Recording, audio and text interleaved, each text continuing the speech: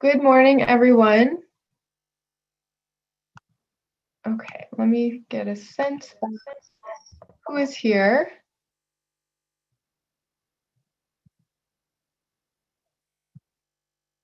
Okay, and could, hi, Councilor Bach, Fernando. Okay, great, lots of administration folks. Could someone let me know who's from central staff is staffing? Carrie, Candace? Good morning, it's Carrie here. Hey, Carrie. Okay, I think because it's just Kenzie so far, I'm good on the order of questions. And then let me just make sure I have all my instructions that came from Neil and Fernando about the order. Okay, so we wanted to do 866 and 867 first. Fernando, are you on? Yep. Good morning. Good morning. Can you let me know who will be speaking on 866 and 867? Yeah, so we were thinking of going doing BIDFA first. Let me see. Give me 1 second.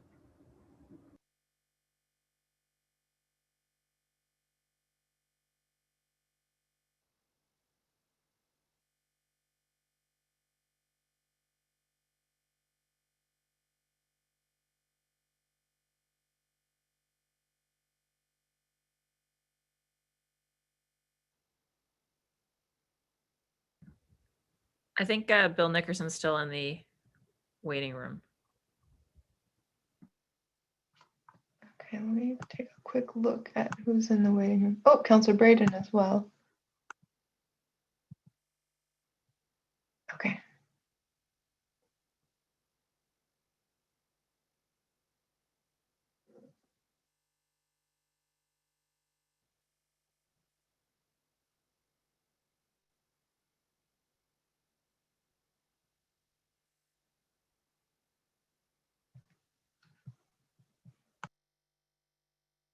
Oops. Carrie, I'm getting an error code. Let me just try one. Oh, okay, I think it worked.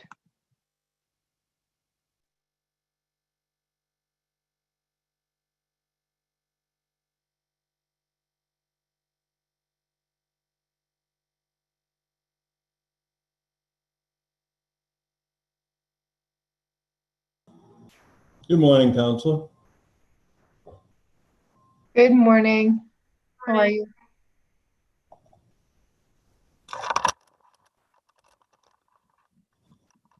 Okay, I think we're basically ready to go.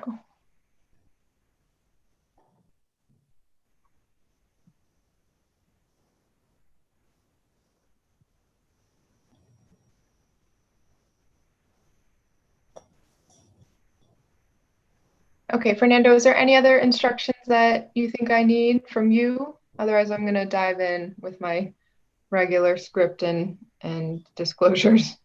So I think we'll start with the plan was to start, if it's okay with you, BIDFA, then landmarks, then zoning. Okay. Order. Is that okay? Works for me. Great. Thank you. Okay. Let me write that down. Great. Okay, Carrie, I am ready when you are. Ready to go. Clearing the screen out. Okay.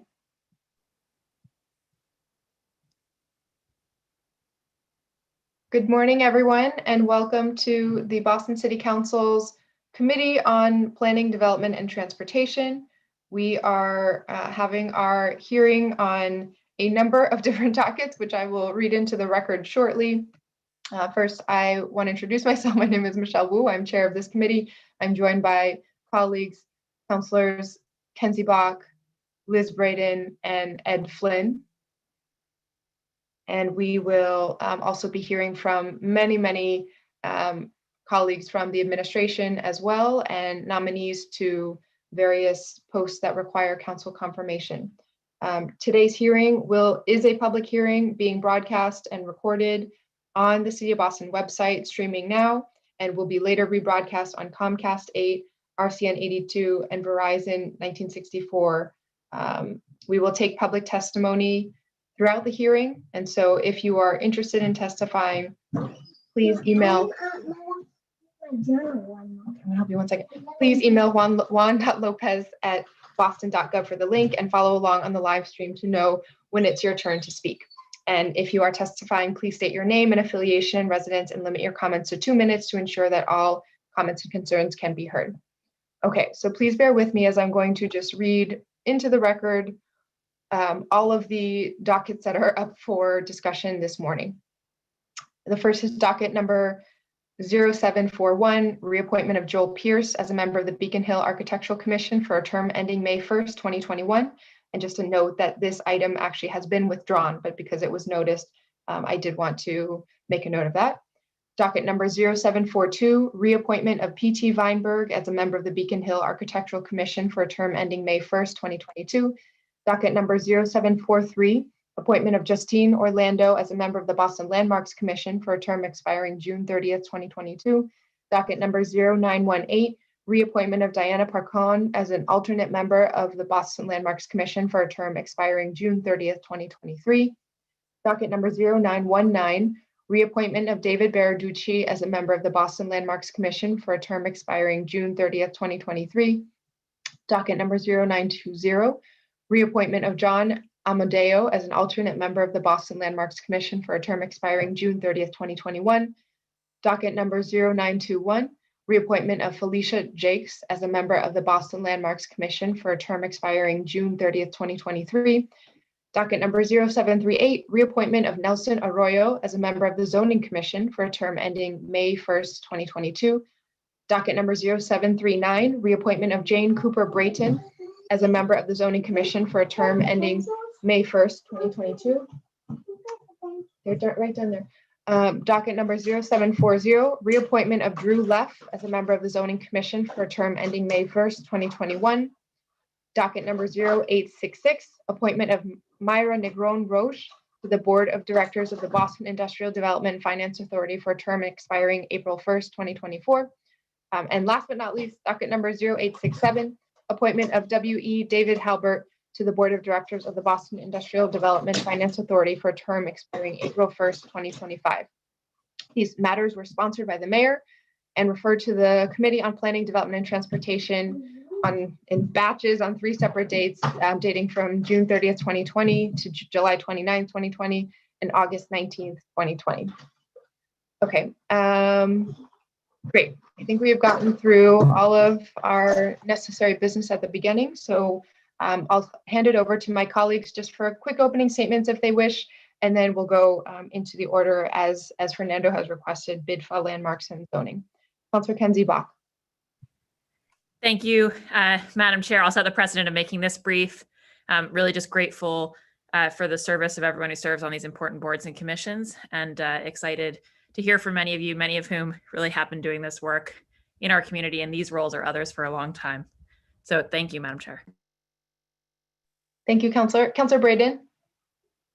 I'm going to keep it equally brief. I really appreciate all the work that these folks have been doing on these boards and commissions for many years, and I look forward to hearing more about the work and continue. Thank you. Thank you, Councilor Braden. And Councilor Flynn. Thank you, Councilor Wu, and thank you to my colleagues, but I especially want to say thank you to the people that are being nominated. I see them working in the city every day, always giving back, trying to make our neighborhoods better and stronger, and to the real unsung heroes of our city is our residents that do so much without any notoriety. So I want to thank them. And just over the last several weeks, I was working with Myra Negron Rocha on a project, and I was working with David Halbert on a project, and they're always giving back to making Boston a better city. So I just want to say thank you to all of the people that are being nominated here. Thank you, Councilor Wu. Thank you, Councilor Flynn. Okay, let's dive right in. So we'll start with BIDFA. Bill Nickerson, would you do us the honor of briefly introducing Oh, hold on, sorry, pause 1 second. I see Councillor Edwards needs to be added to the room. Okay. Okay, welcome, Councillor Edwards. We just did really quick opening statements from colleagues. Would you like to add anything?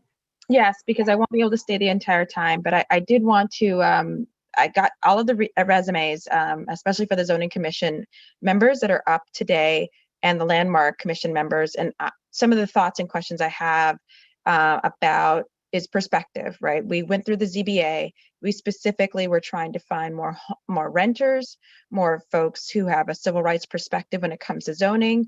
Before you will be coming the amendment for affirmatively furthering fair housing to make sure that we are zoning with equity.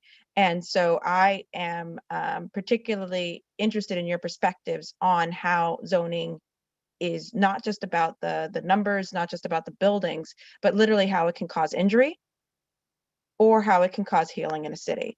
And if you don't have those perspectives, that's a concern for me. If you don't believe that, that's a concern for me. And I don't think you should be on the zoning commission.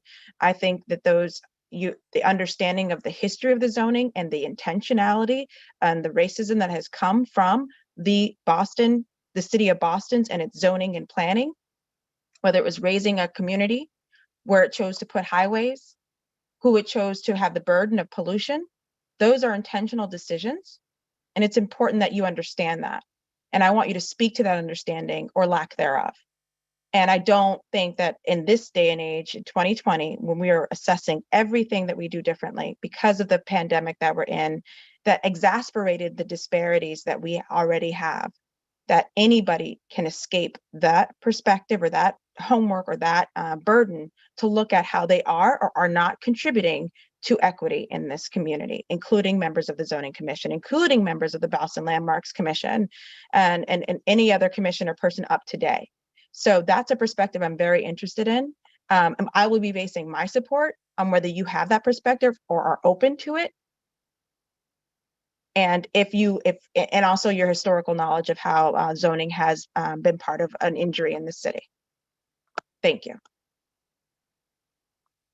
Thank you very much, Councillor Edwards. And we'll make sure that that question is asked as we get to those nominees as well. Thank you. Okay, Bill, sorry again, could you please introduce the role of BIDFA in general and introduce I think it's two folks, Myra and David, who are here today as nominees.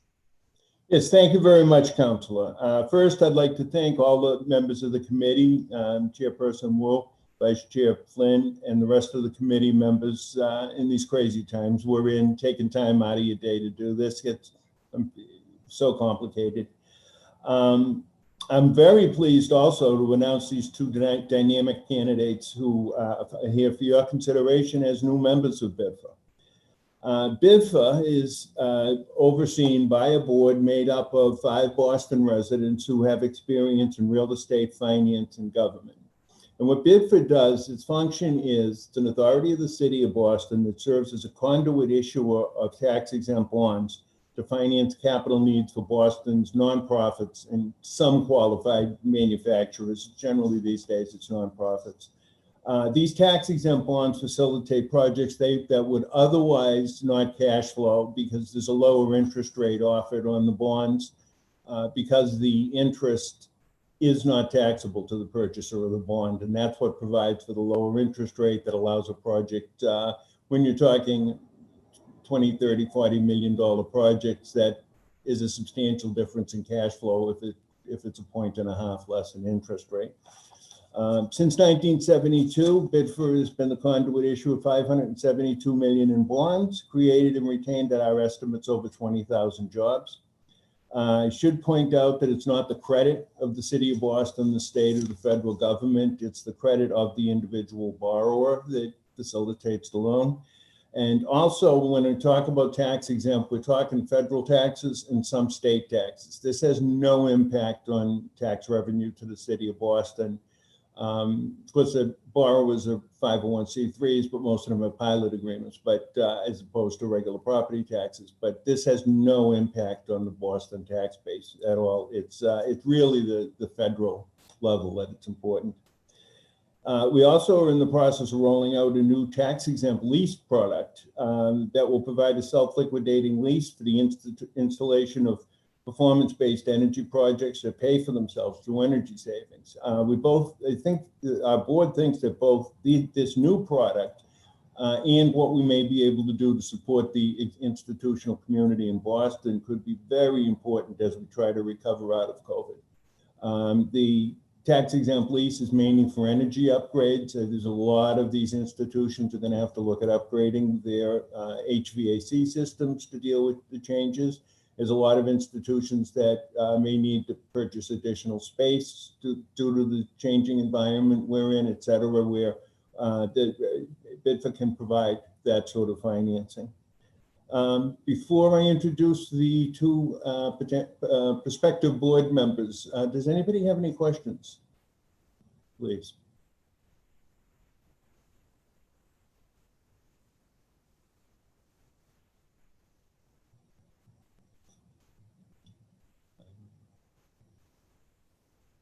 I think we're good, Bill. Okay, thank you very much.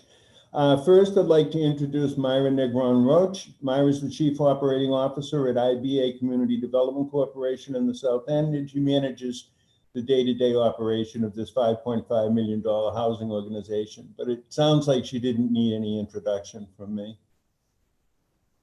Go ahead, Myra.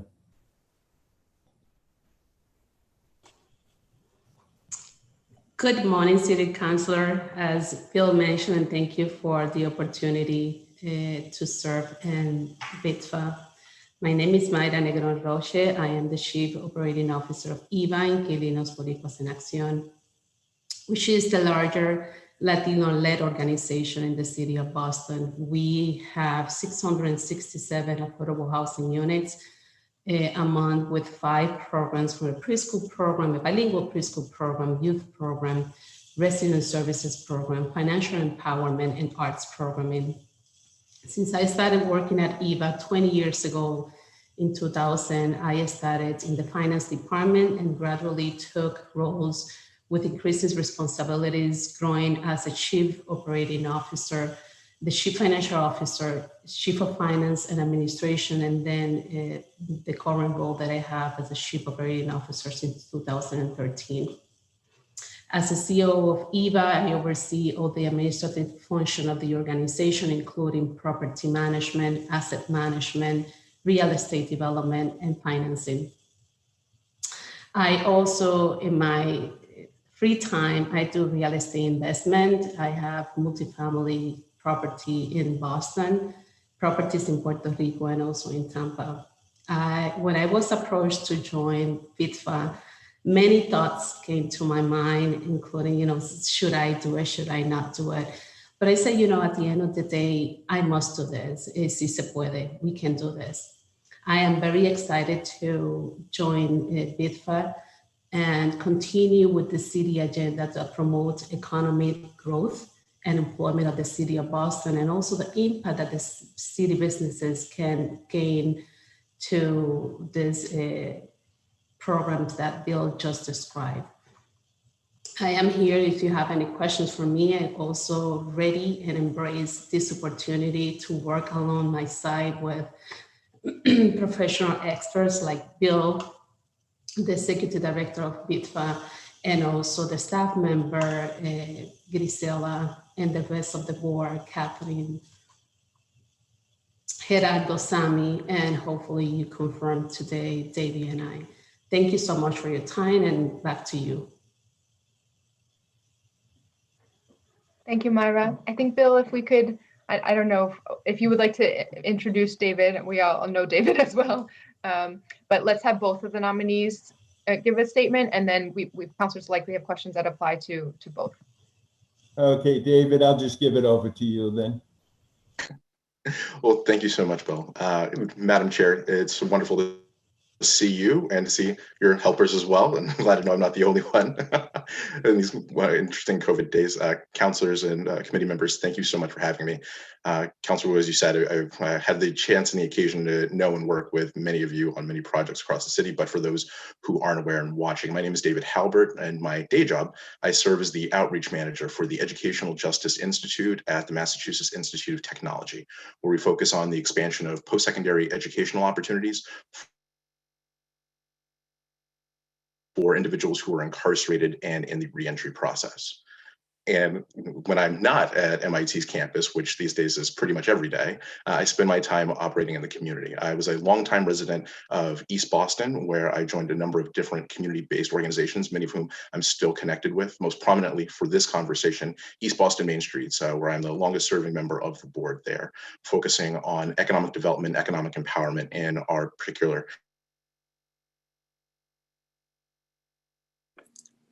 area in East Boston, stretching. Oh, I'm sorry.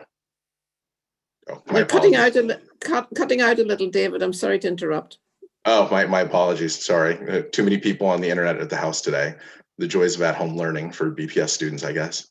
As I was saying, I'm a longtime member of East Boston Main Streets, and it was in looking at the work that's happened in East Boston that really brought me to BIDFA.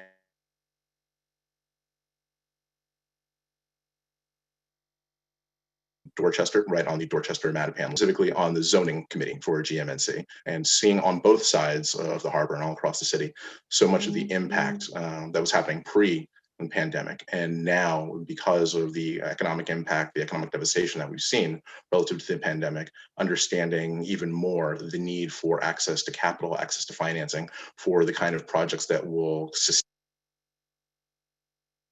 our community, sustain our city, and continue to allow it to grow. It's really important in that way. And to go back to what's happening in East Boston, what really spoke to me in terms of BIDFA and its role, and I remember looking at the website and seeing the East Boston Neighborhood Health Center and how the new building there in Maverick Square was partially financed through BIDFA funding, and understanding, as not just a former resident of East Boston, but also as a consumer, as a customer, getting my family's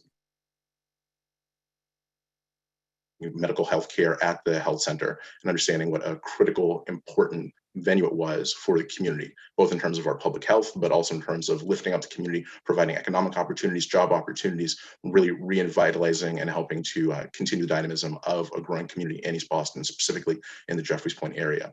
And because you can link that to the funding that was received from BIDFA, you can see the real world impact in terms of economic development and in terms of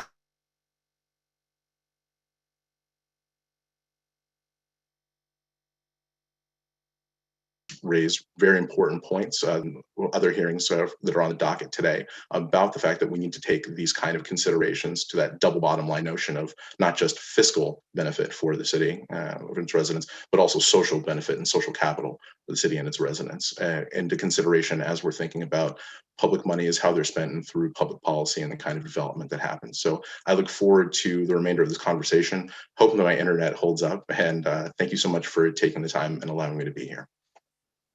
Thank you very much. Okay, we'll do questions from counselors, and I will set a timer and see how it goes, just because there's so many folks we have to get through, but I won't be harsh about cutting people off, because I think it's really necessary to use our role to ensure that we are fully engaging with all of these wonderful folks who are volunteering their time. Okay, so starting with Councillor Bach. Thank you. Thank you, Madam Chair. And I want to express my excitement about both these candidates. Back before I was a city councilor, Myra and I were actually on a CAC together for the Back Bay Station project. And she just brought, a relentless focus on affordable housing and community to that project. And I think especially for something like BIDFA, what we need are people who are totally tied into community and imaginative and creative, and also practical, pragmatic, and thinking about how do we make these dollars and cents instruments really work on behalf of our community organizations. And I'm really confident from that work with Myra and following her career, and then all the things that I've gotten to follow about the important work that David does, that you're both bringing that right synergy to this. So I'm glad to have you both here today. I guess a question that I have might be a piece of it for Bill Nickerson and then a piece of it for each of you. One sort of brass tacks question, Mr. Nickerson, for you is just when we talk about that, you know, the 550 or 60 million that BIDFA has done, and I'm sort of interested in what constrains the amount of this activity that BIDFA can support. So I came from sort of on the affordable housing world, the 4% and the volume caps and the state, you know, portfolio. And I'm curious whether we operate under a limit like that in this space where there's a certain amount of activity BIDFA can support each year, or whether there's the possibility to really grow that pipeline with better information and more proactive partnership with organizations. So if you could speak to that a little bit, and then I have a follow-up question for the candidates. Thank you, Councilor. That's actually a great question. That actually lets me get on my soapbox a little bit, because one of the things that restrains the projects that we do is that on 501c3 bonds, we have to compete with mass development, who's the big player. Obviously, the size of their staff and outreach. And so we don't get that many projects in the city. If we got more projects, and of course the Boston jobs policy attaches to our bonds. So anybody in the community, especially councilors, and if you know of a 501c3 that's looking to build a new facility, improve a facility, and make major equipment purchases, please give us the opportunity to talk to them and see if we could provide that financing. Now, beyond that, the limitations are, you mentioned housing. We're not authorized. We're governed by Chapter 40D of Mass General Law. We're not authorized under that to do housing. And the federal regulations are very specific in how they guide what's actually eligible for tax-exempt bond financing. Specific 501c3s are pretty much broadly eligible. There's not a lot more limitations there. But we also have the ability to do manufacturing bonds. But the nature of it is it's a very antiquated definition of manufacturing in federal tax code. In fact, I'm part of a national finance group that's lobbying to get a change to that at the Congress. To modernize the definition, which would put things right in Boston's wheelhouse. It would include things like research and development and intellectual property development that now it's a very 19th century definition of what manufacture is. There's also a $10 million maximum, and you couldn't do much of anything with that. So we haven't seen a manufacturing bond in a long time.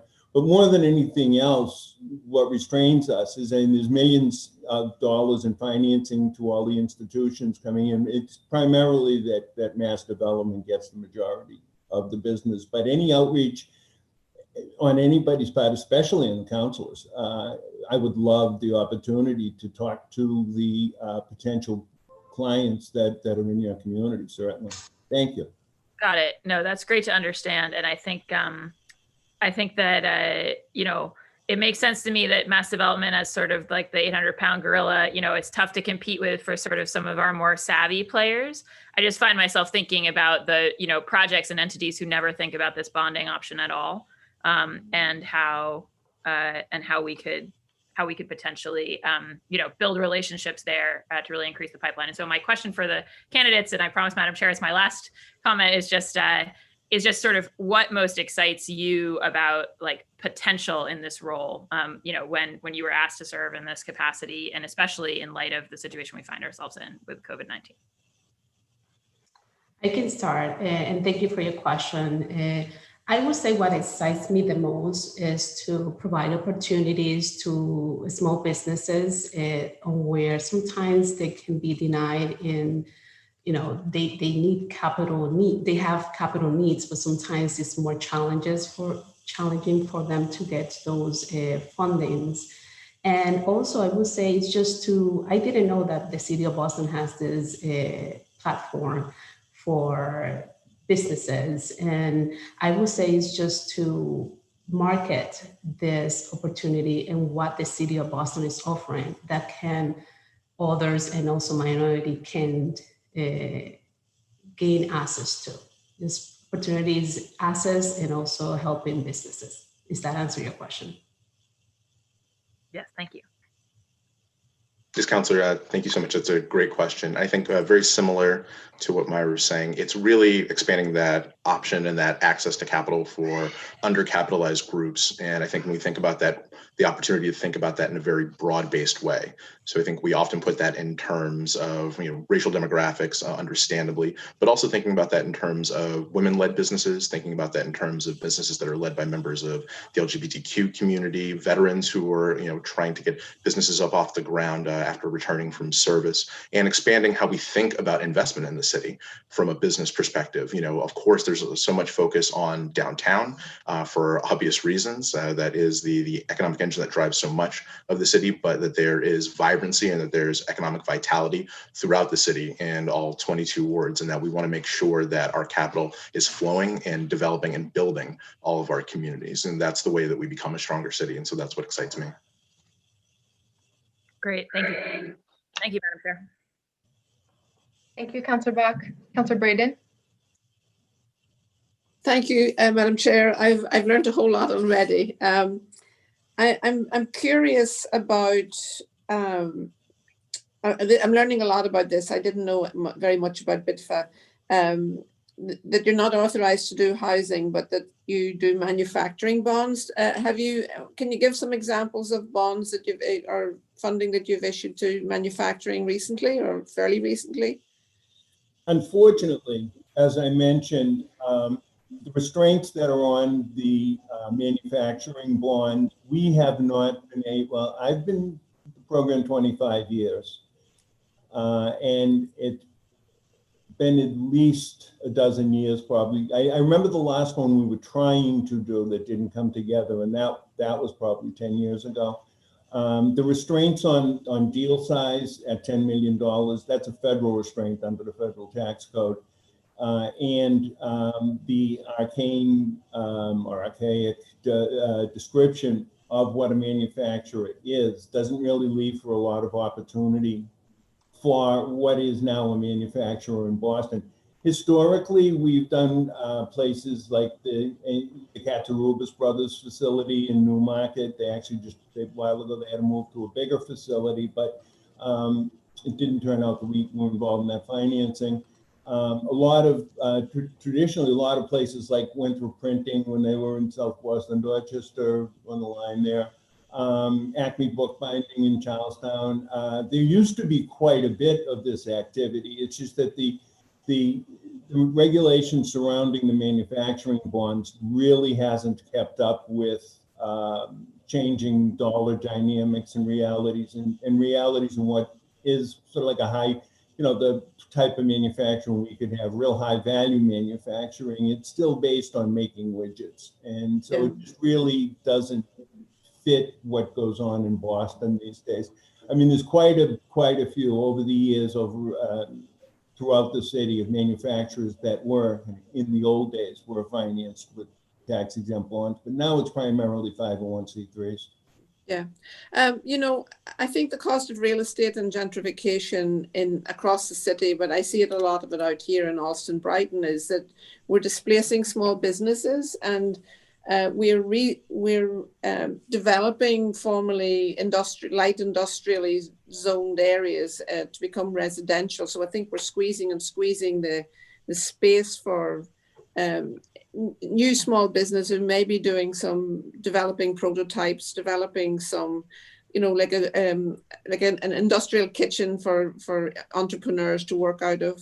We're just not leaving space in our communities for those sort of small. I'd say it's a certain niche market. So is that something that your group would be interested in funding, like a maker space for entrepreneurs, or would that be something that would be of interest? I've looked at that. I'm good friends with, for example, Jen Fagel, who runs the kitchens that are over on Quincy Street and stuff. We've talked over the years. Unfortunately, the limitations on the 501c3 requirement, but if the tenants aren't 501c3s, then you couldn't do it. So there are layers there, but really what you're speaking to is the sister program of BIDFA, which is the Boston Local Development Corporation, which I also have the pleasure of being the general manager of. And we make small business loans. And in fact, we were just given, the federal government under the CARES Act gave us a grant of $630,000 for COVID recovery loans. And that space that you're talking about, light industrial, et cetera, that's where the Boston Local Development Corporation could help facilitate a project, either with standalone financing if it's not 100% bankable, or what we really like to do, which is to provide subordinated debt to get the bank to the table in a larger project.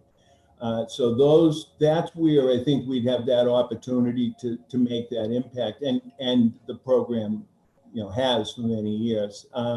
There are a lot of limitations on the tax exempt bond side that narrow our opportunities. Very good. Thank you. Thank you, Madam Chair. Thank you, Councillor Braden. Councillor Flynn. Thank you, Councillor Wu, and I also want to say thank you to Bill for your strong leadership in this city for so many years as well. So thank you, Bill. I'd like to start with Myra and just ask her. I've spent many years working in the South End community, especially at Villa Victoria, and I know they have an outstanding residential program, but they also include community college. They also include food access, youth programs, training programs, services for seniors. As a manager in that field for so many years, what have you learned that's the most important lesson that you have learned that could benefit the residents of Boston? Thank you, Ed Flynn. So I will say that what I have learned is to provide access to the community. And that's why we have a wrap around services from the preschool program to the strong one, which is resident services. Back in 2017, Eva did the strategic planning process, and we were very intentionally in provide more support to our residents through resident services, through providing food access and quality food access, because it's not any type of food, access to quality vegetable, fruits, and also assisting the residents where they at. So we consciously did the investment of resident services, and I would say it's just to empower the residents to meet them where they are and look to the north to see what would it take to move the residents forward. And as we move the residents forward, we move the city. So it's just it's doing little pieces. But I would say what I have learned more is just supporting the residents, creating the plan, and also connecting them with the services that they need to fulfill their dream. Did that answer your question? Thank you. It certainly does. Thank you. And then my final question to David, and again, I had the opportunity to work closely with David on many issues, but you've really been a leader on reentry and people coming out of jail and prison, but you've also been a supporter of communities that have been left behind in trying to help build up communities and with Main Street's programs, making sure that the benefits of the downtown are shared with all of the neighborhoods. Having said that, what is the most important lesson you have learned, David, in your professional and educational experience? You have a master's degree from Northeastern, but what's the most important quality that you will bring to this position? Thank you so much for the question, Counselor.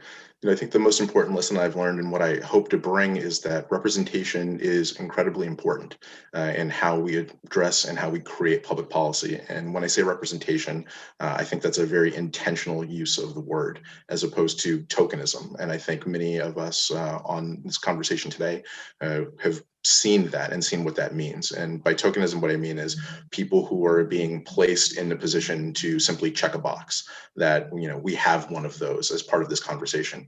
Whereas I think representation is about deeply and truly engaging with people, asking them to bring perspectives that are either absent from conversations or are underrepresented in those conversations to the table, along with a skill set that enables that conversation and those discussions to move forward in a constructive way. And when we're thinking about that and what that means, and to bring it back to your comments relative to reentry, it's understanding that it's not just about having a master's degree, as you mentioned that I have, that there are individuals who are bringing wisdom from our community from all walks of life, whether they have more or less formal education, whether they find themselves in secure job situations or looking, whether their housing situations find them as homeowners, renters, or those searching, that they all bring a different level of wisdom to the table. And so when we're having these conversations about the kind of policies that we develop and that we enact for our city and who they're going to help, making sure that we're being open and reaching a hand out to listen to those individuals, to bring their expertise to the table, to hear and to incorporate that into how we think about the policies, not just as they're being developed, but also in terms of how they're going to be implemented and who they're going to assist. So I think as long as we're being guided by that, we're more likely to make policies that are going to help folks, as you said, so eloquently, those individuals who have been left out of the conversation often, and those communities that have felt left out of the conversation, because that's how we enact the kind of policies, create the kind of city that I think we all want to live in. Well, thank you to Myra, and thank you to David. And I know I'm supporting them, and they're outstanding candidates. And this is what Boston needs, these dedicated, hardworking officials that take their job seriously. So outstanding selections, and looking forward to working with all of you. So thank you, Councilor Wu. Thank you, Councilor Flynn. I want to recognize that Councilor Flaherty has joined us as well. And Councilor Flaherty, you'll be next after Councilor Edwards. Go ahead, Councilor Edwards.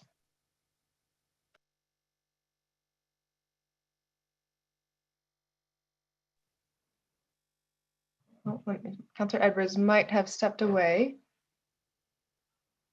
Okay, Councilor Flaherty, you're up, and we'll loop in Councilor Edwards when she comes back. Very good. Thank you, Madam Chair. Great to see the baby there next to you. First, I just want to obviously go on record as thanking all of the applicants for their service and for their commitment to our city. They play a vital role in kind of keeping our city moving forward. And so for their time and efforts and their talents, particularly those that have committed and taking time out of their own personal or professional schedule to give back to the city. I commend that and look forward to continuing to work with them. So with respect to the Beacon Hill Architectural Commissions, I want to be on record of supporting the two reappointments. With respect to the Landmarks Commission, I want to support the new appointment and the reappointments. With respect to the Zoning Commission, would like to go on record of supporting the reappointments. And with respect to the Boston Industrial Development Finance, BIDFA, I would like to support both applicants in their appointments, and in particular proud to support Dave Halbert's application, someone that I've gotten to know over the years and respect. I know my kids love Dave, but Dave will be bringing a level of life experience and community involvement, as well as legal acumen to a position, and be well served. So I'm so proud to see him be appointed, and also to be expanding his commitment to our city. And so with that, happy to support all the applications and wish everyone well, and look forward to a continued partnership as we continue to move our city forward in what will be a post, at some point will be a post-pandemic world. And as we start to do things differently, and it's the people that are before us now that will be playing a big role in that as well. So thank you, Madam Chair, and look forward to supporting all the applicants. Thank you, Councilor Flaherty. Okay, I just have two short questions, and then we'll circle back if anyone else has questions.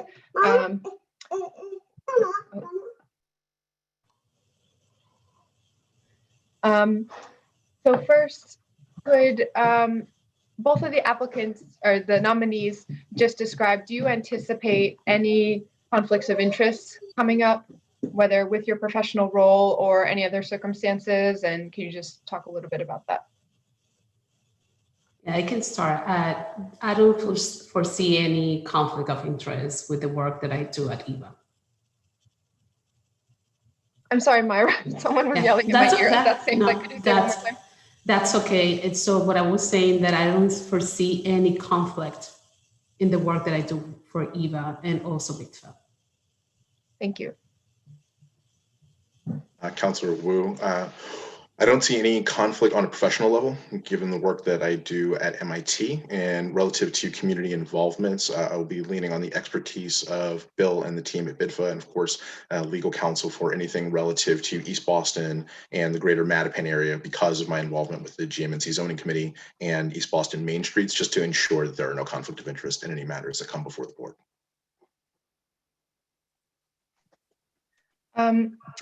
And Bill, could you just describe, last time we had nominees before the board, before the council for the BIDFA board, there was a lot of conversation about new ways to revitalize BIDFA's mission, and particularly around climate resiliency. Have any of those changes started to take place, or are you seeing a shift in any of the direction of the work since we had those conversations before the council? Thank you, Councillor. I mentioned the tax exempt lease program that we're rolling out. That was a lot of what we were circling around at the time of those prior appointments. We were in the process, we've developed some outside relationships with people with more expertise in that space than us. An organization called Green Review, that we were putting together a campaign to go out to the end users at the institutions, universities primarily.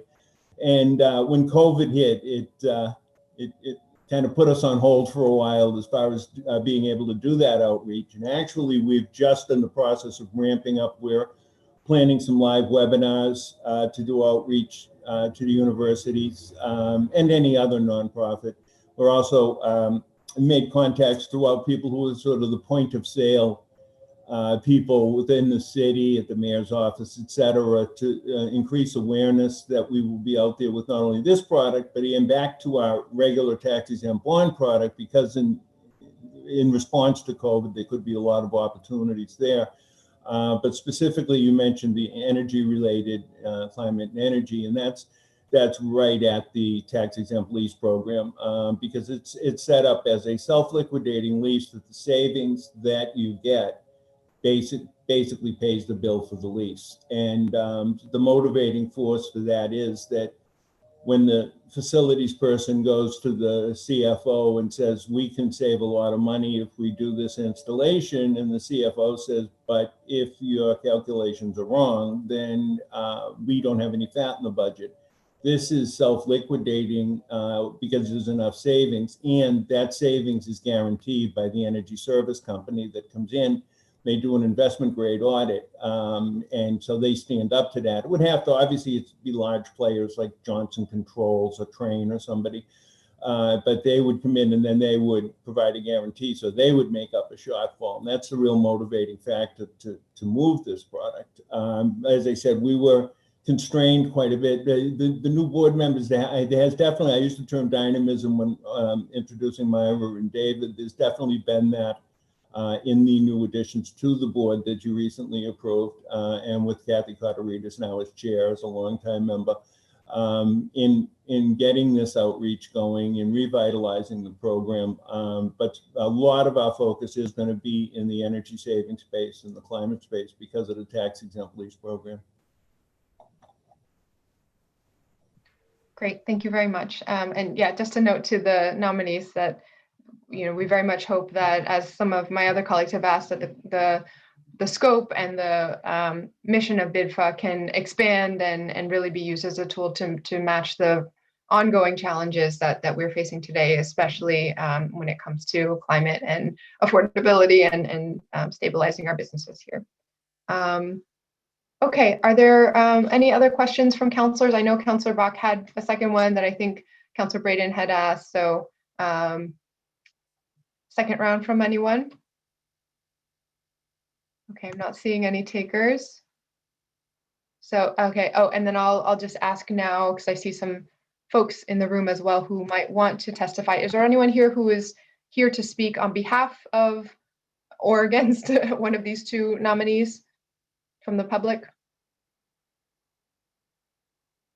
No. Okay, great. Well, thank you to all three of you, Bill, Myra, and David, and we really, really appreciate your time. We will shift next to the Landmarks Commission. And Roseanne, I'll hand it over to you if you could, I think, okay, so let's see. I see Justine here. I know we have 1, 2, 3, 4, 5 nominations or reappointments here. But is Justine the only nominee here from Landmarks? I believe David Berardici is here as well, Madam Oh, Chair. I see David. Okay, sorry, I'm searching the boxes. Hello. Okay, great. Roseanne, same thing. Could you please just introduce the commission in general and then introduce the nominees to us, please? Certainly. Good morning, Madam Chair and members of the committee. My name is Roseanne Foley, for those who don't know, and I am the Director of Historic Preservation for the City of Boston. And our Boston Landmarks Commission oversees 9 district commissions, but we have just Beacon Hill and Landmarks here today. Hopefully we'll have other reappointments so that we can come back and talk more about the great work we do. For Beacon Hill, that district has been in place since 1955 and is one of the oldest in the country. And that commission does great work, overseeing changes to Beacon Hill and keeping it at a level of a world-class tourist destination, as well as a great neighborhood for residents.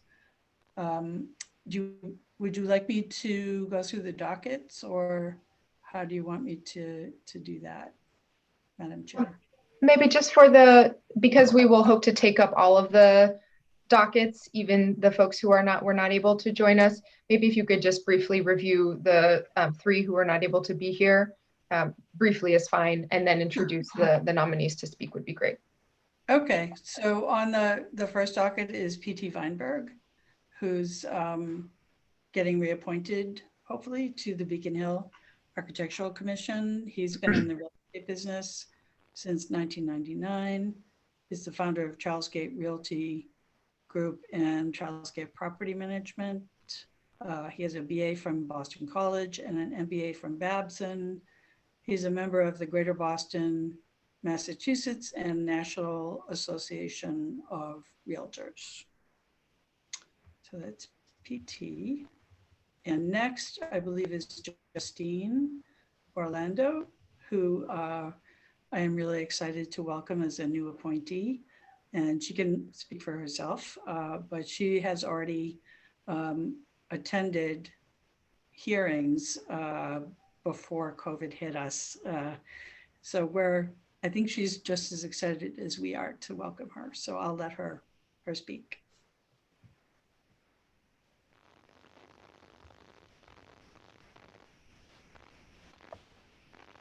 Thank you very much, and thank you for having me here today. My name is Justine Orlando. I'm a senior project manager at Shawmut Design and Construction here in Boston. Prior to that, I was with a local masonry company where I did multiple projects throughout the city and Massachusetts for historic preservation. I'm extremely excited to join Boston Landmarks Commission. I'm very, very passionate about this piece of our history, as well as what I do on a day-to-day at Shawmut. I have always really been engaged with the technical side of preservation, construction means and methods, and design.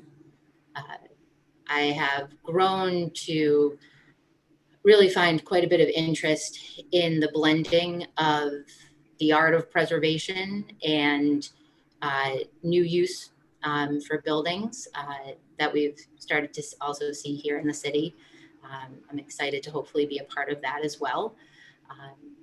And lastly, the other piece of passion I have for this is trying to bring more of younger generations into the love of preservation the way that I have. I think that's something that we also need to focus on as well, just to keep the momentum going.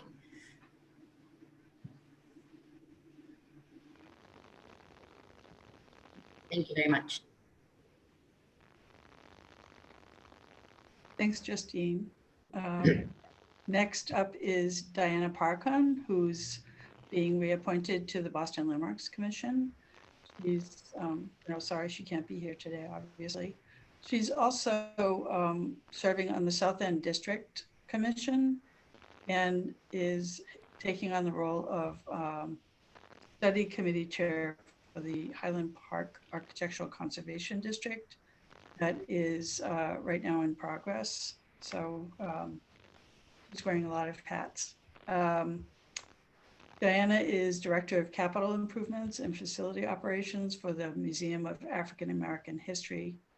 And she has also taken on the considerable task of managing the preservation, maintenance, and protection of the museum's 4 historic sites in Boston and Nantucket.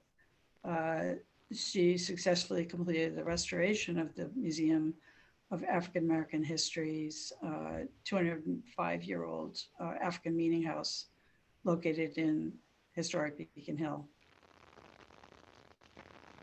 She also worked for over 20 years managing large capital projects for the Massachusetts Bay Transportation Authority. She received her BS/BA from Emmanuel College and a master's in historic preservation at BU. Next up is David Baraducci. We're happy he is on the docket to be reappointed to the Boston Landmarks Commission. He's chair of our Design Review Committee and also chairs the 4 Point Channel Historic District Commission. So I'll let him speak for his experience and interests. Okay, good morning, everyone. I am one of the 2 representatives from the Boston Society of Landscape Architects. And I think that's one of the more important pieces that I think I bring to the commission, and that is having the perspective of urban design and the site as it relates to any landmark building or landmark parcel. I've been on the commission since I was trying to remember this, I think it was 2001. I was originally elected to the commission, and much to my surprise, I didn't have any idea that I would be on it this long, and I'm happy that I am. And then I was one of the more interesting roles I have on the commission is to be chair of the Design Review Committee, which I think is an important piece, because that is where we really get involved in helping to shape the city in terms of the giving our design input to a lot of the applications that come before us.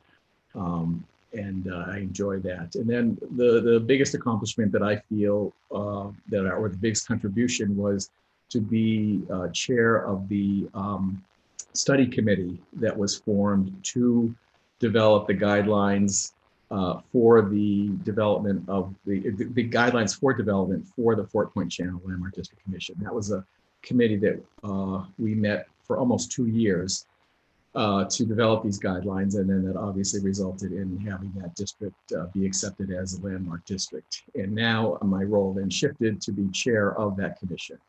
And with so much interest in terms of development in that district, it's been really rewarding to have role in helping to shape that.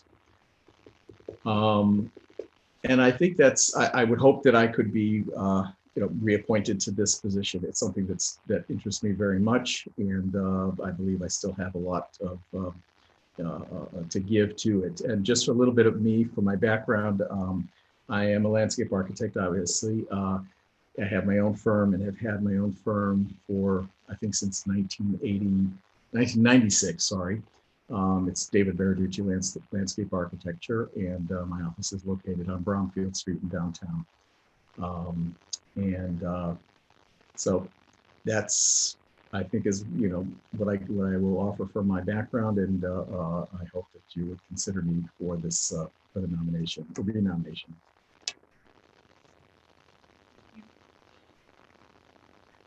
Roseanne, did you want to mention John or Felicia? Yes, I have some comments about John Amadeo as well. He is the other Boston Society of Landscape Architects nominee. He's also chair of the South End Historic District Commission. He's been on the Landmarks Commission since, I think, 1996, and has been heavily involved in the Boston preservation community. He's principal at CRJA IBI Group and has over 35 years of landscape architecture experience. They have a particular emphasis on sustainable development, and he is a longtime resident of Dorchester. And last but not least, Felicia sends her regrets about having to miss this important meeting, and sent a little bit of a statement to the Boston City Council Committee on Planning, Development, and Transportation. I would like to convey my humble and grateful appreciation to the chair and committee for considering my reappointment to the Boston Landmarks Commission. I am honored to continue to serve the city of Boston in this capacity. With deepest regards, Felicia Jacques. And she has been the Vice President, Director of Real Estate Development for Maloney Properties, and has more than 18 years of experience in real estate development and project leadership. And some of you may know she's also the chair of the Community Preservation Committee for the City of Boston. Great, thank you very much. Questions from colleagues, starting with Councillor Bach. Thank you, Madam Chair, and thank you to all the nominees. I want to note that P.T. Weinberg, who is not with us but is up for renomination for the Beacon Hill Architectural Commission, is also the relatively new chair of the commission, and so grateful for his leadership on that front. In addition, thank you. Serving on the commission, but really leading it at this point. And it's a really important part of our neighborhood community here in Beacon Hill. So grateful to him for that. And for the Landmarks folks who are here, I guess, and I should say, I just finished writing a lot of letters addressed to Felicia for the Community Preservation Act front, and grateful to her service on that. And obviously her service as the chair of that committee is through her service on the Landmarks Commission, because she holds the seat that the commission has sort of statutorily on the CPC. But so grateful for that. I wanted to ask the candidates who are here, I actually submitted a letter to the Landmarks Commission hearing a few days ago that was on a particular matter, but one of the things I expressed, and that I've expressed pretty much in every venue that Landmarks comes up, is my desire and interest in giving the commission sort of more updated tools to pursue sort of more community level history, and also to sort of put the historic preservation lens earlier on in our development process, because I think that in a lot of ways, Article 85, what we have right now, a demo delay, hits at the very end of a process so far downstream that, you really are talking about blocking, and frankly, rarely are you effectively blocking something, and you're sort of blocking or just delaying. And I think it causes frustration for preservationists and developers alike without actually achieving what we're trying to achieve, which is the preservation of more of Boston's, beautiful historic building infrastructure. So I guess I wonder, my soapbox is that we need that change that I know the commission supports in its enabling language at the state level so that we can protect community landmarks and they don't have to just have state or national significance. And that on the Article 85 side, we should really be rethinking and reforming that whole process to bring historic preservation further forward. And so I would be remiss not to ask nominees and nominees for reappointment sort of what you think about that agenda and what kind of tools based on your service or observation of the commission you think that the commission most needs to pursue its work even more effectively. I guess that would be directed at me. Yeah, I think if I'm understanding what the question was, you spoke about demolition delay, and that is something that comes before us all the time. And sometimes it is frustrating because it comes, like as you said, so late in the process. That it's often viewed as being sort of almost obstructionist, and I think that what would be best there would be to have that process be brought to the community that is most involved and would be most impacted by that development, because what demolition delay often achieves, and I've seen this and it has been very successful, it sort of puts the brakes on a project for just a bit. And allows the opportunity for that community to have a better dialogue with the developer and to see if there's some compromise that can be achieved, particularly when that community has some objections to what the development is going to be. And I have seen where that has been extremely successful. They have figured something out and come up with a solution that benefits both. So it's a valuable tool that we have. So yes, I think the more involvement that the local community gets when they are going to be impacted by development at the earlier stage, the better. Great, thanks. And Justine, I know obviously this is an appointment, not a reappointment, but it sounds like you've been paying pretty close attention to the commission even prior to serving on it. So just any thoughts you have on this? I would completely agree with what David was saying and bringing the conversation as early as possible. Kind of going through that process on the contractor side during design development and pre-construction, any opportunity to get that conversation on the table as early as possible. There's just so many more ways that those compromises can get worked into projects. While folks are more willing to hear it as well and work through that, it really puts those different concerns in a much different light the earlier they can be presented and discussed, and then hopefully executed on. Great, thanks. Yeah, no, I agree. And I think there's probably both informal and formal ways in which we could do more to move that process further up further upstream. So just would love your partnership on that front. Madam Chair, I think those are my questions. Thank you, Councillor Bach. Councillor Flynn? Thank you, Councillor Wu, and thank you to Roseanne for your work for many years on these important issues. And I know the Landmarks Commission, many of them are located in my district and District 2, including the Back Bay, Bay Village, Beacon Hill, as we're talking about, Fort Point, St. Botolph, and the South End. A lot of them I also overlap, obviously, with Councillor Block as well.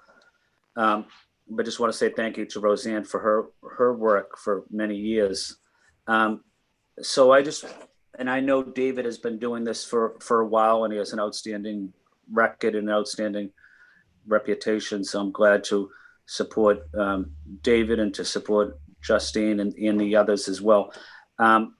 My question to either David or Justine, how can we get younger people? I know Justine talked about it a little bit, but how can we get younger people that may not be from Boston, but they're living here now and they're professionals working in Boston? How can we get them more involved in appreciating the historic significance of many of our buildings, of our districts, and what is our message to young people about why is it important to have historic districts protecting the history of of many buildings in our neighborhoods? Well, I'll take that. It's all about outreach, and the more it is known to the residents of Boston that a Landmarks Commission, first of all, exists, and what it is that we do is key. And I know that unfortunately with COVID, we were not able to do it this past year, but every spring we have a preservation month that the commission organizes quite well. And there's a lot of things that the public can get involved with that will educate them as to what we do. And a lot of it has to do with tours through districts, tours through actually landmark buildings and all kinds of different programs. So that's key. And I think continuing that kind of thing is important. And I think the message should be going out there is what interests me most about Boston, and that is obviously Boston has a very rich legacy of historic structures and history. And I think the thing that makes Boston so unique is that we respect that heritage, but at the same time, we don't smother development. And I think the eye that I like to bring to, the point of view I like to bring to the commission is to see how we can encourage development, but at the same time, respect our history, so that it's the blend of those two things that makes Boston so unique and more unique than other cities, I think. And I think Fort Point Channel is a perfect example of how we've done that. It's not the commission and the landmarking of that district was not to put a glass bubble over it and to say, nothing can be touched here. The guidelines allow for all kinds of change and development to occur sensitively and to maintain those character defining features that were beloved in that district and that made that district significant, but yet allow for that kind of change that has to happen as a city grows and uses and demographics and shifts, and there's a need for that kind of change. So it's basically outreach as much as possible, I think, is how to educate people. Well, thank you, David. And Justine, would you like to weigh in on that? Sure. I would absolutely agree with David. Really, when it comes to the blending of historic preservation and bringing in new use, I think especially for the younger generation, that is something that is so practical and real that they can really appreciate. And that is something that I think is something that we can do and we can continue to do and grow and bring that into the outreach as well. I've done a lot of work with the Boston Preservation Alliance, specifically the Young Advisors Group. And we have had a tremendous amount of new members join and really start to develop that same love for preservation. As David mentioned, there's been a lot of outreach, in that group in particular, but in others as well, with different tours and walks, but also some very fun and almost edgy events that really bring preservation to the forefront. And these are things that are different outreach and different events that could also happen at a much larger scale as well, to bring preservation to younger generations. Part of the messaging too, I think, is that a lot to do with preservation tends to go more on the stoppage of work and progress and halting of that. I think we can really work to to help change that message for younger generations and all of the things that we're doing versus what preservation needs might be stopping. If that makes sense. It does, and I just want to say thank you to both of you and to Roseanne. And I guess my final comment, I know myself and Councilor Block, as I mentioned earlier, we represent both of us represent Beacon Hill, and we're both proud to represent the Museum of African American History. And I always say to Councilor Block that it's in my district, and she always says it's in her district. So that's our big argument that we have. But we're proud to both represent it. And I just guess my final question is maybe Roseanne or David. I don't need to have an answer now, but do you think at some time, we can get more kids from the South End or South Boston or Chinatown to visit the museum? I know it's a historic gem, but is there an opportunity for us to get some young BPS kids, students, after the pandemic is over? Maybe we could try to arrange a tour for some of the students. They only live a mile away from there, but they probably have never been there. But maybe we can talk offline, or if you want to respond briefly, just want to see what your thoughts might be. I think that's a fantastic idea. We also oversee the archaeology program, which in less plague-ridden times hosts a number of classes. And I think that's a wonderful idea to try to work out a partnership with BPS to come to our cultural institutions like the Old State House as well, which is a landmark. And, we can have a conversation with Diana to see how that would work. Yeah, thank you, Roseanne. That would be great. And the reason I ask it is I worked with Boston Harbor now and a couple of other groups, but a lot of my constituents in Chinatown and the South End, African American and Chinese Americans, they've never been to the Harbor Islands.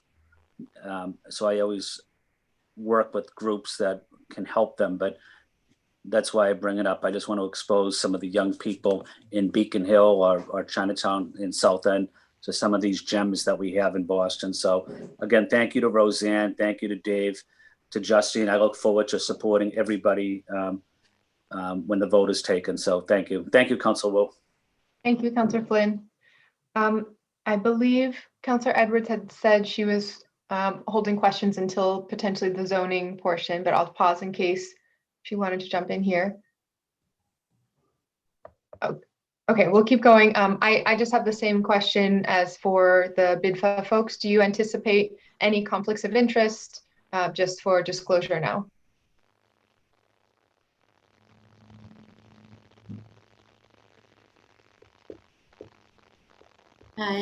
For me, I would say that it could potentially come up if there's a project being brought in front of the commission that the company I work for may also be proposing on. And if so, I'll work with Roseanne Foley to take the appropriate steps We have in that case. A recusal is something that we can do pretty easily. So we can. No, it's a small town, Boston. So right. Thank you, David. Yeah, I think there was, when I think back, I think I only had to recuse myself really just once on the commission, and that was because one of the projects or the applicants that came before the commission was a project I was the landscape architect for. So obviously I recused myself on all of the hearings that we had for that.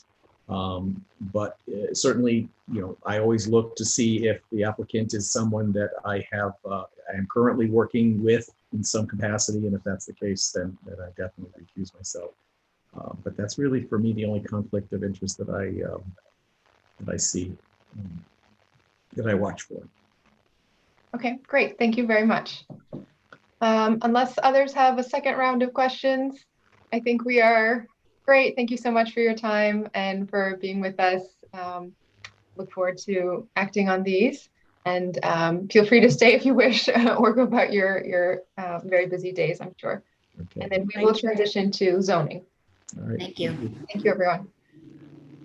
Okay, so Brian, I think we would hand it to you. Brian Glasscock will give an overview, and then according to my notes, I see Drew. Is Drew still here? Okay, yes, Drew is here.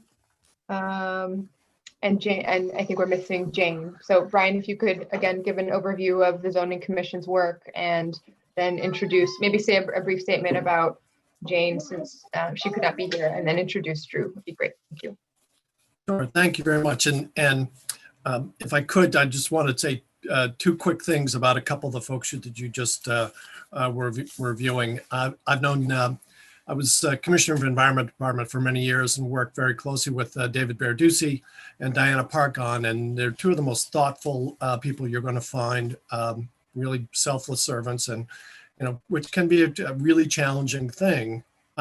But they also have the benefit of being genuine subject matter experts. And so on a personal note, I would wholeheartedly recommend trying to keep them on board because they're just terrific.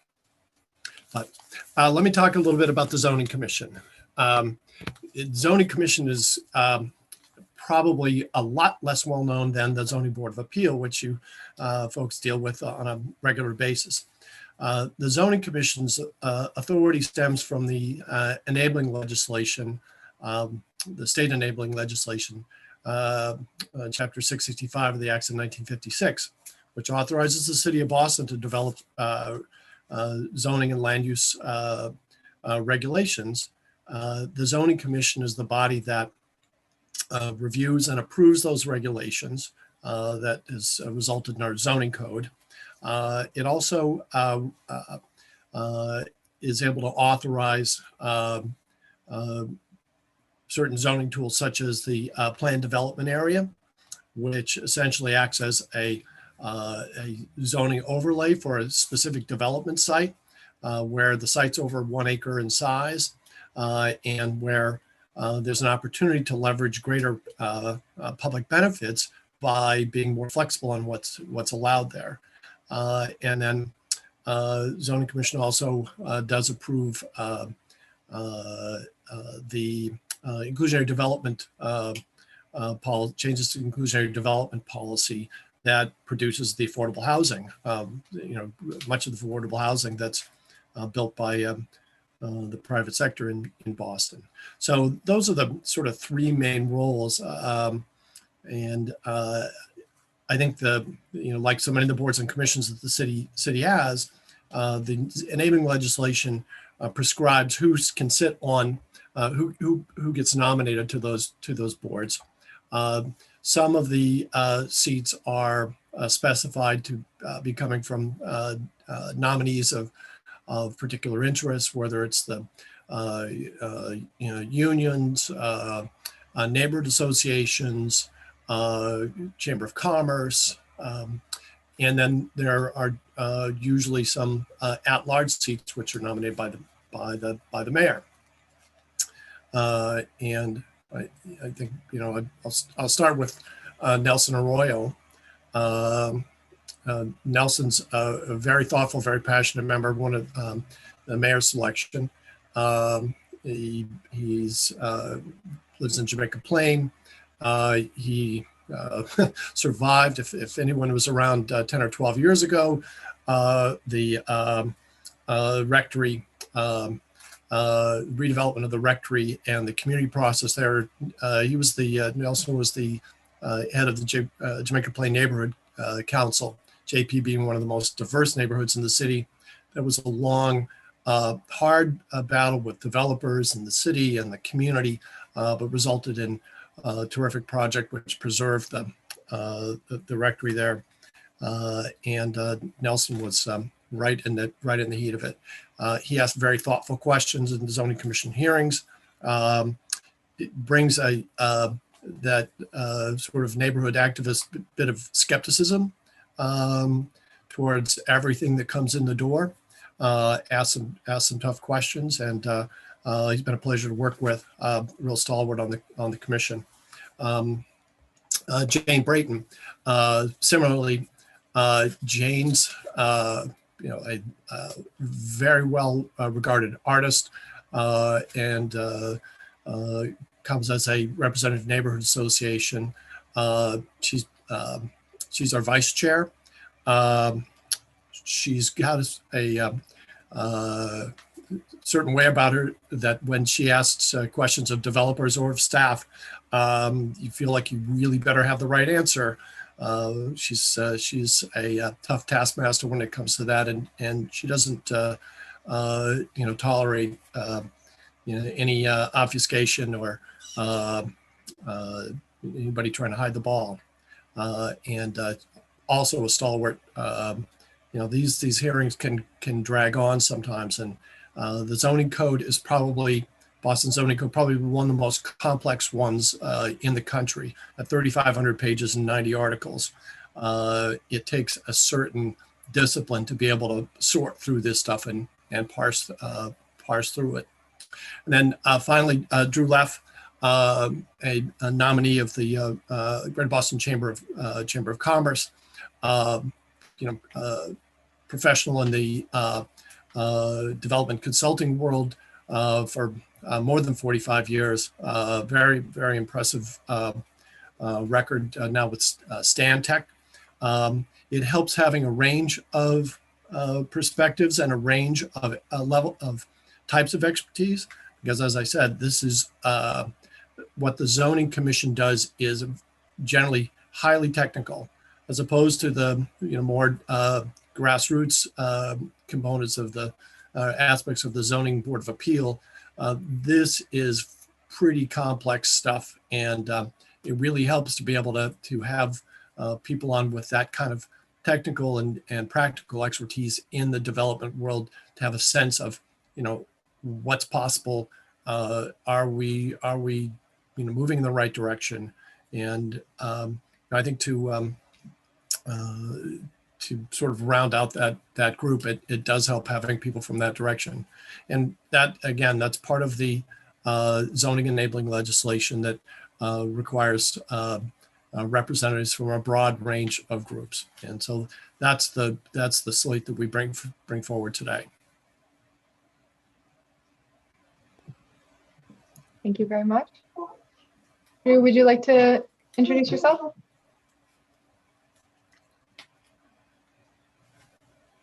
Certainly, Councilor Wu, thank you very much. Hi, I'm Drew Leff. As Brian said, I have over 45 years of broad experience in development, planning and managing development projects. I believe I bridge both the public and private sectors. I worked as a developer, both for major development companies and for my own account. But I also do a lot of work, and I would say probably most of my work is for government agencies at the moment. Probably about, I lead Stantec's real estate strategies group. Stantec is primarily a design firm, a very large international design firm with architects and planners and engineers of all sorts.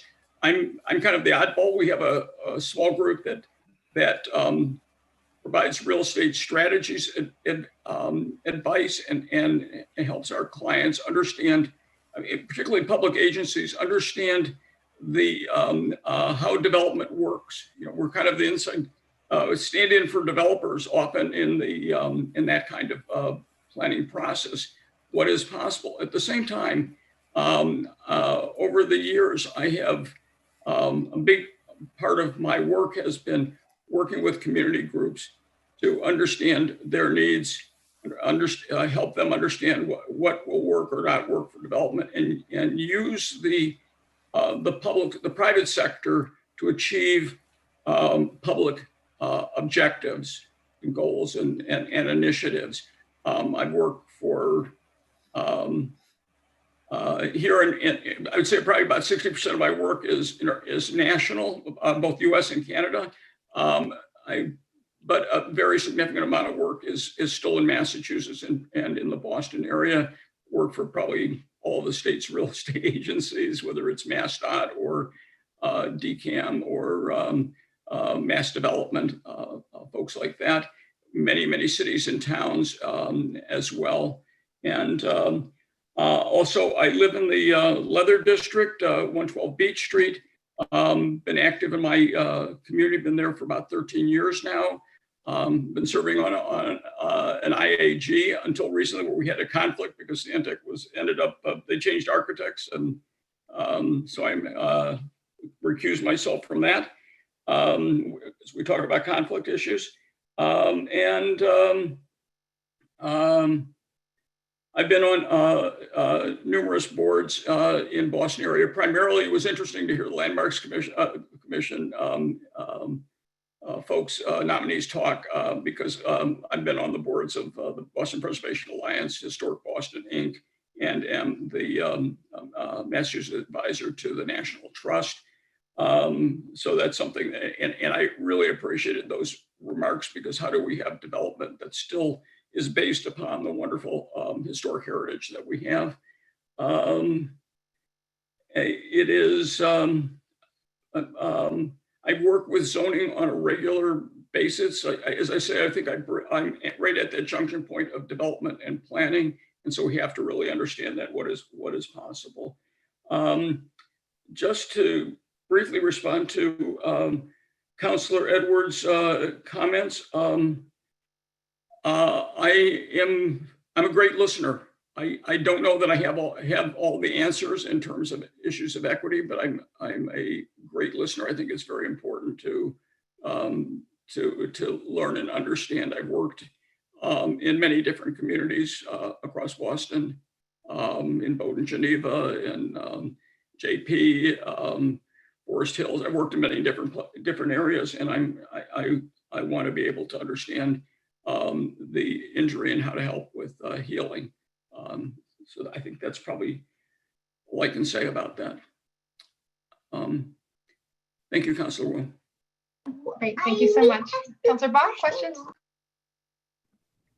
Thank you so much, Madam Chair, and thank you, Brian and Drew, for being here with us.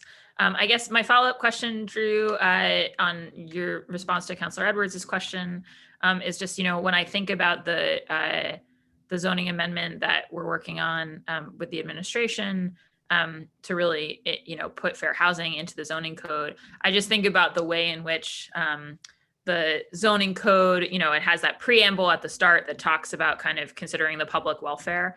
And I just think about how the understanding of that has shifted over time. So I think there are frameworks that are like, well, light, air, et cetera. And then, there was a big push that obviously took a while to integrate environmental considerations like carbon into the zoning code. And, now we have our green building standard section of the zoning code. And to me, I see, fair housing as another aspect of what we should be considering when we consider the public welfare. And certainly, when it comes to the public health side of things, I think we've seen that all of our communities where people are crowded most densely together, often because of a lack of access to housing in other areas, has been a real exacerbating factor to spread in the pandemic. So but I feel like just in the world of zoning, kind of getting those types of people and like integrated community type considerations onto the docket as part of the like legitimate topic of zoning is still a battle to be won. And in some ways that's ironic, because zoning came in across many American cities, often initially as a tool to try to achieve precisely kind of segregation. And so I'm a big believer in, I'm a historian and a big believer in the ways in which zoning can be helpful to us to preserve things we love about our communities, but also very wary of that legacy and thinking a lot about how we overturn it. So I would love to hear your thoughts a little bit on how you would think about the expansion of zoning into more proactively and affirmatively considering fair housing considerations, and perhaps given your work at Stantec, in the analogous case, how you've seen environmental considerations get more integrated into zoning over time. Thank you. Thank you, Councilor Bach. I think that it is really important for us to learn from the past and bring and start to think about all these things. As you pointed out, health has become a very important factor. And I know I've worked on a number of projects where the health effects have been really key. And how do we plan our projects, and how do we modify zoning, and can we use form-based codes and things like that to help improve those? Equity may be one too, but I think it's important for us not just to say we know it all, but to listen to the communities and to try to understand what those objectives are, and then see whether we need more zoning regulation through the zoning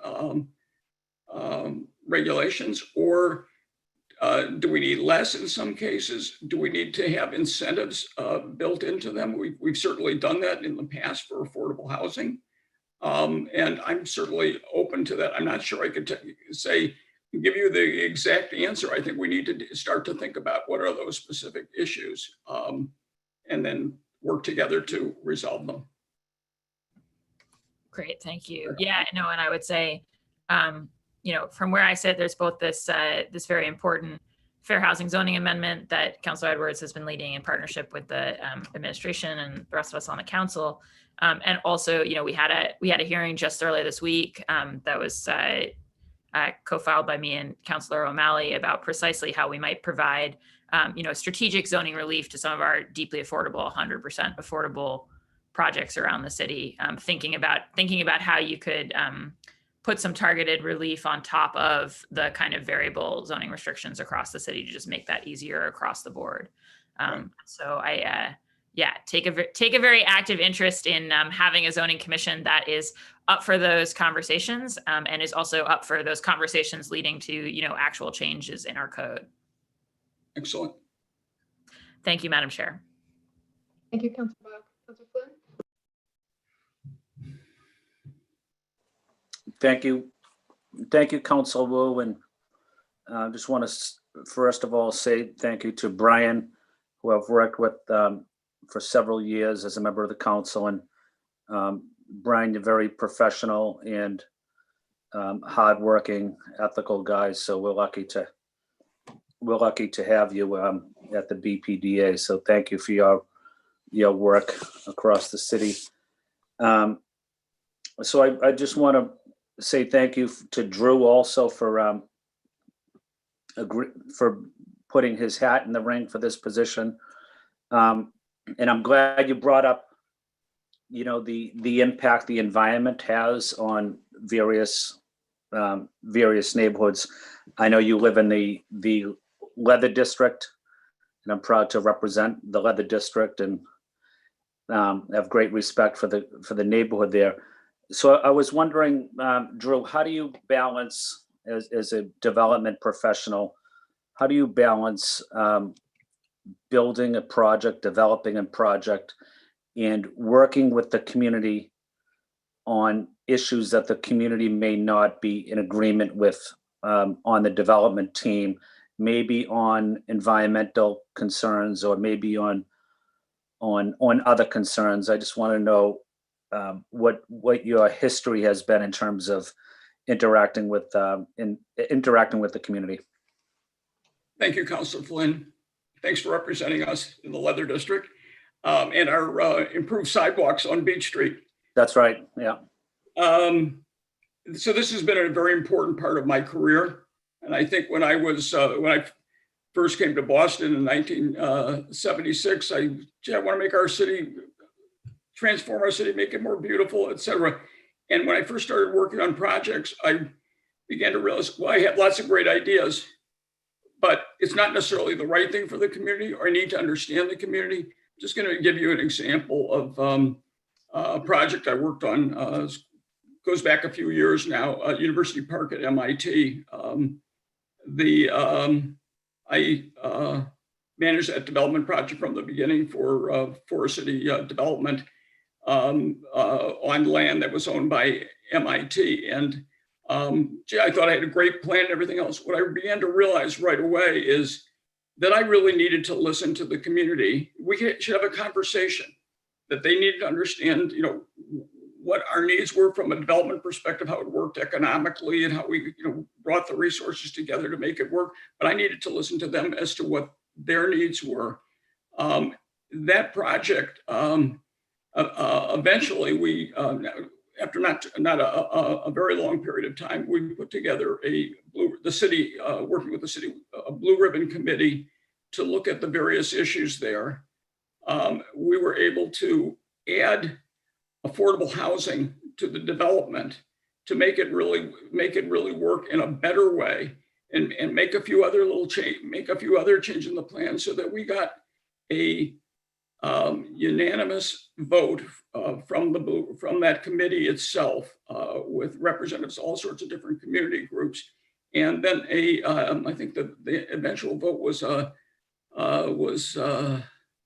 I think we had all but one vote from the Cambridge City Council in support of a rezoning that everybody could come around, and it was a win-win for everybody. And I've always taken that approach in other development projects, working for DCAM, trying to redevelop Danvers State Hospital. I put it out for developer, you know, for disposition for developers, and meeting the various goals in terms of affordable housing, things like that. We had to get a rezoning through the city, through the town of Danvers, open town meeting. Wait, it was open. No, I'm sorry, it was a representative town meeting, and we were able to get a 95% vote out of that because we worked with people. We stopped and we listened to them. So I think those are the important things one needs to do. Well, thank you, Brian, and thank you, Drew. And I look forward to supporting Drew when the vote takes place. And just want to say thank you, Drew, for your contributions that you've made to our city as well. So thank you, Drew, and thank you, Brian. Thank you, Councilor. Thanks, Councilor. Thank you very much, Councilor Flynn. Councilor Edwards. Can you hear me? Yes, we can. Wonderful. So thank you, Drew, for acknowledging my questions up front before you spoke. And I do think it's really important for me that while you are a good listener, I think I really want to hear from you a perspective about what zoning can do and what it has done in terms of causing harm, and how you as a zoning commissioner will be looking at things before you as they come up and wondering how they will cause, or how they will create healing, and how they will create a better community, not development, not the building, but truly how they keep the health, the public welfare, our commitment to racial equity in mind. And that's what I want to know, that you will be able to have the perspective to see that. Thank you, Councilor Edwards. I'm not sure that I can say that I know all of the incidents of injury and that occur with our current zoning. I want to hear and understand that better from people that have experienced that. What I can say is that you know, often within some communities, we have restricted industrial uses that have noxious effects in certain communities and not in other communities. We need to be very conscious of that, and we need to maybe rezone things so that those are not having the same impact on the communities. But I don't know. I can't at this point say I know every incident of where. And no one does and could. But I do recommend you read the AFFH task force report. Okay. The city of Boston had a affirmatively furthering for housing task force put together. And while the city has not formally accepted their report recommendations, I find them to be incredibly informative and giving a historic perspective. One of the recommendations was changing the zoning perspective, which is what we're going to do this year. I also recommend reading more about and understanding environmental justice and how that is combining the planning and perspective, I think as Councillor Bach talked about, with regards to the impact of zoning. I know that for me to really want to support a zoning commissioner, they have to be looking for what's missing in this project. Whose voices aren't there and who will be impacted. And that's important for me, because the decisions you make, not just in changing the zoning, but I mean outright, you should be denying things that cause injury. And if you don't even know to look for what the injury is, that is my concern. I need a commissioner that will say no, not maybe some changes. I don't have or haven't seen enough of that leadership in the zoning commission right now.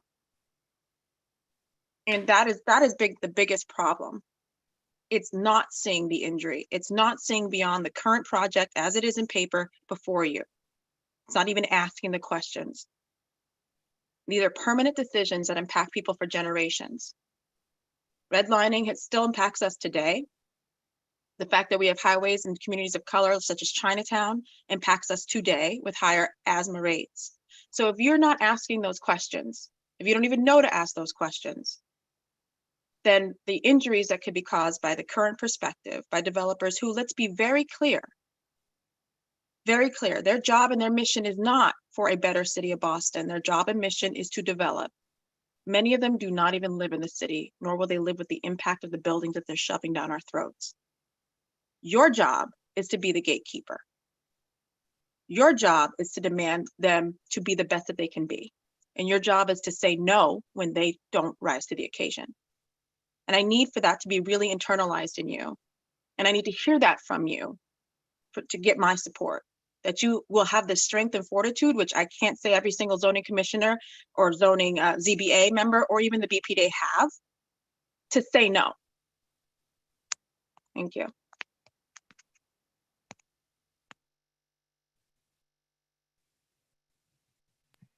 Would you like to respond, Mr. Leff? I think I do have the fortitude to say no when I think that there's something that's wrong and that's inappropriate. The zoning commission has a very different role from the ZBA, and I haven't begun to serve on the zoning commission that I can tell you that I'm sure that I can tell you all of the roles there, but I certainly can say that I will I will take that into, I will read those, the task force report and environmental zoning justice, and take that, keep that in mind if I am approved and go forward. I will certainly keep all of that in mind as we have discussions and votes come forward.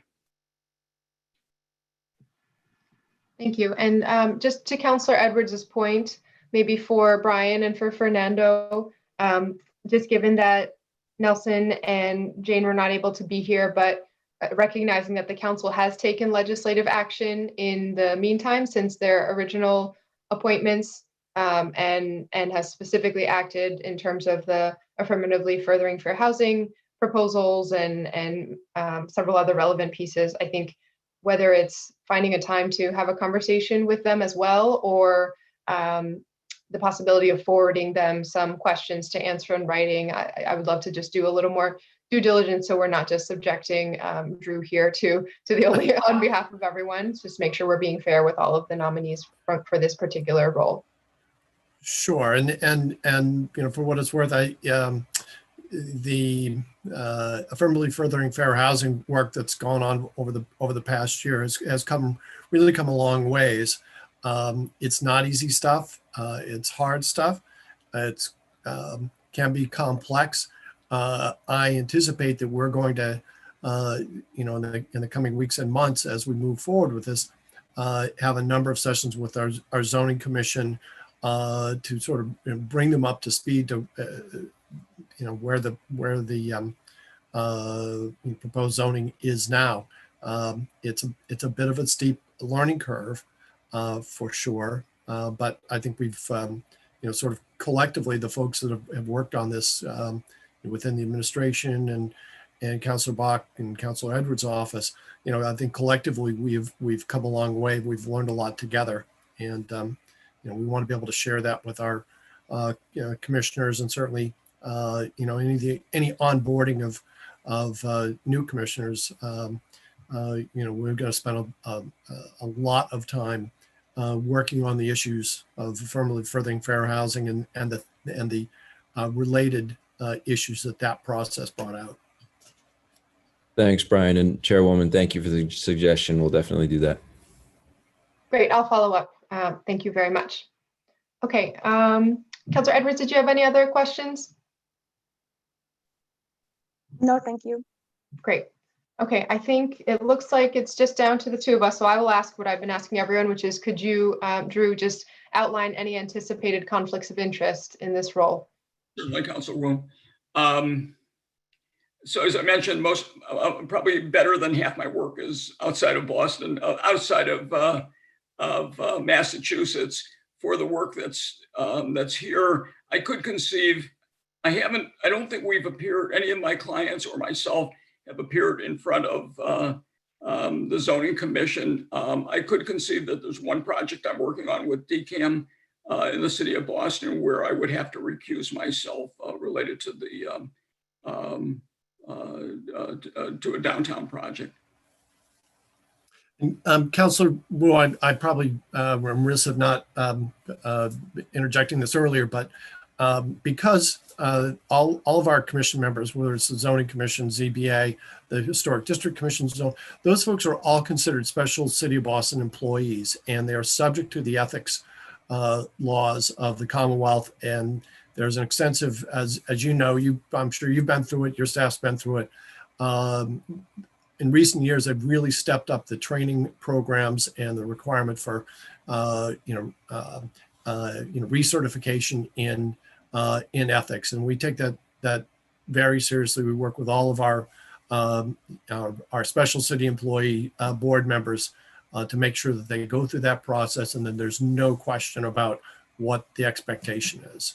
So, Drew, you'll have the pleasure and pain of going through that process and taking the tests and so on.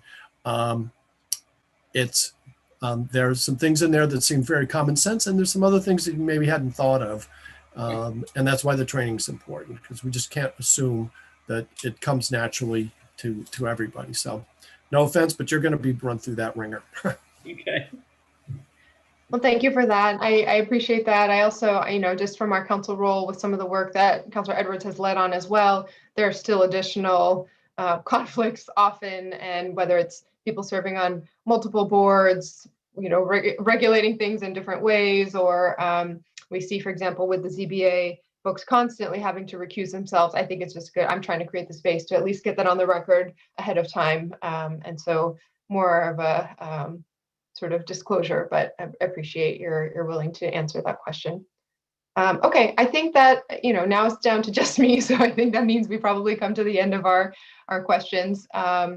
Thank you so much, Drew. Thank you, Brian, and to everyone else who has testified today and is willing to step up and volunteer to serve our city. We really appreciate your time and your expertise.